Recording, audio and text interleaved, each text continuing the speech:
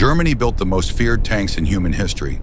The Tiger, the Panther, steel monsters that could destroy Allied armor at ranges exceeding a mile.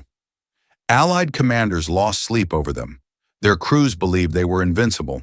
They were wrong, because somewhere in the fog of the Ardennes, an 18-ton vehicle with armor so thin that rifles could almost pierce it was hunting them. And the most terrifying part? They never even saw it coming. Stay with me, because by the end of this video, you will understand exactly how the most fragile vehicle on the battlefield compiled the highest kill ratio of any American armored vehicle in the entire war. And the answer has absolutely nothing to do with armor, firepower, or guns. Here is something most history books never tell you. The U.S. Army almost never built this vehicle at all. The generals thought the man who designed it was completely insane, and the crews who first saw the blueprints, they thought they were being sent to die. This is the story of how they were all proven wrong. 1941. Lieutenant Colonel Andrew Davis Bruce is handed one job: figure out how to stop German tanks. He studies every engagement, every loss, every report where Allied armor faced German panzers and was obliterated. And he reaches a conclusion that shocks the entire U.S. Army establishment. You cannot out-armor a Tiger. You cannot outgun a Panther head-on. But here is what German engineers never solved. Their tanks were slow, their turrets were even slower, and their side armor was dangerously thin. Bruce's philosophy becomes brutally simple. Don't fight the tank where it's strong, hit it where it's weak, disappear before it can respond. The Army calls him insane. They build the vehicle anyway. But for the young men who would climb inside it, Bruce's theory wasn't a military doctrine. It was a death sentence they had to outrun every single day. Buick Motor Division gets the contract in 1942. When the finished vehicle rolls out, the crews who will drive it go quiet. Imagine being one of those men. You walk up, you open the specification sheet, and your stomach drops. Frontal armor, 13 millimeters thick. Turret face, 25 millimeters. Standard infantry rifles cannot penetrate it. Everything else can. A Panther round goes through both sides of the hull without slowing down. A Tiger shell does not just kill the vehicle, it erases it. The crews make a dark joke that spreads through every battalion. The steel is only there to keep the wind out. Inside that hull, you are not protected. You are just hidden. But hidden inside that paper-thin shell, Buick engineers have installed something extraordinary: a Wright R975 radial aircraft engine.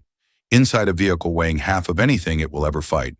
Top speed, 55 miles per hour, the fastest tracked armored fighting vehicle of the entire Second World War. They name it the Hellcat. The name fits perfectly. Now here is the number that this entire vehicle was engineered around. And to understand it, picture yourself inside a German Panther. You are the gunner. You hear an engine. You start traversing.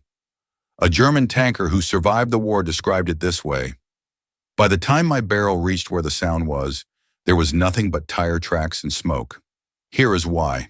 The Tiger 1 turret at combat idle takes up to 4 full minutes for one complete rotation. If the hydraulics fail, the crew hand cranks it, 720 turns of the handwheel, for a single rotation. The Panther is better, but at combat idle, traversing just 90 degrees still takes 15 to 20 seconds. Now watch what happens to that number. At 30 miles per hour, an M18 covers 44 feet every single second. In the 15 seconds a Panther needs to swing its gun 90 degrees, the Hellcat has already moved 600 feet, 200 yards of pure lateral distance. The gun barrel is pointing at empty air. And while that German gunner is still cranking, the Hellcat has already stopped, taken aim, and put a 76 millimeter round through his side armor. That was not luck. That was not bravery. That was geometry. That was the math of survival. But knowing the math and living the math are two completely different things.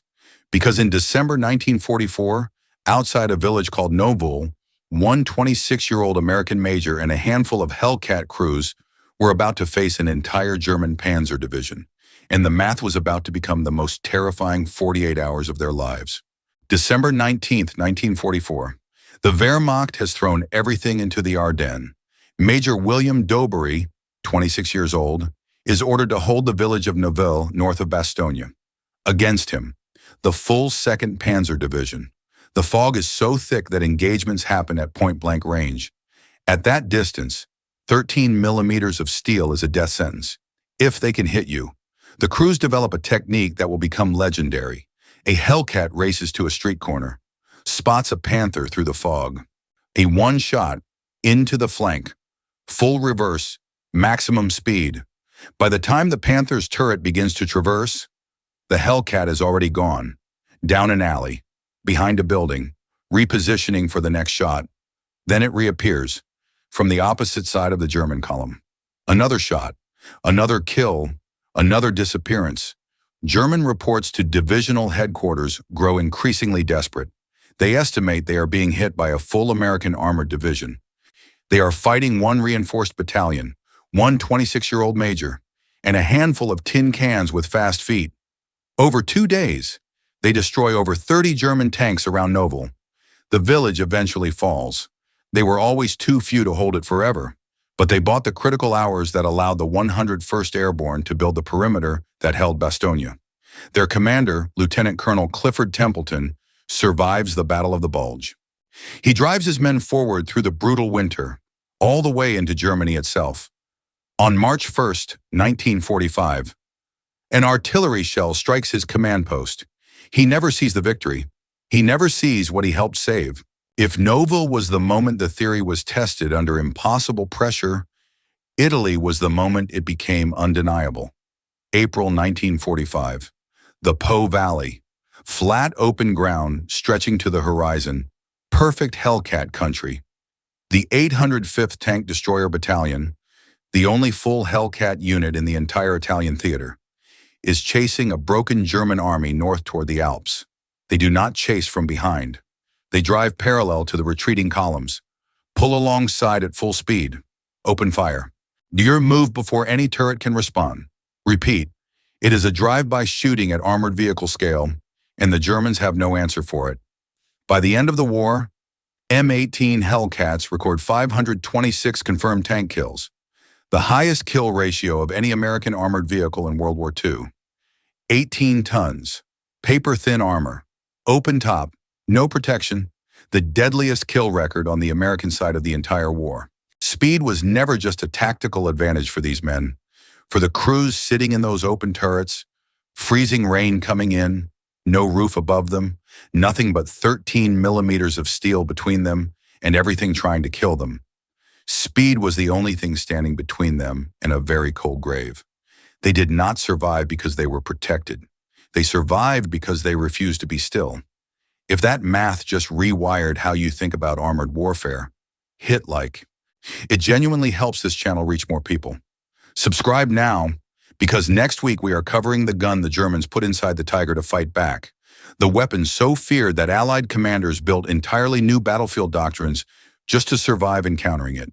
And drop a comment below, 13 millimeters of steel and 55 miles per hour, or 57 tons of Tiger armor. Which side of that equation do you want to be on?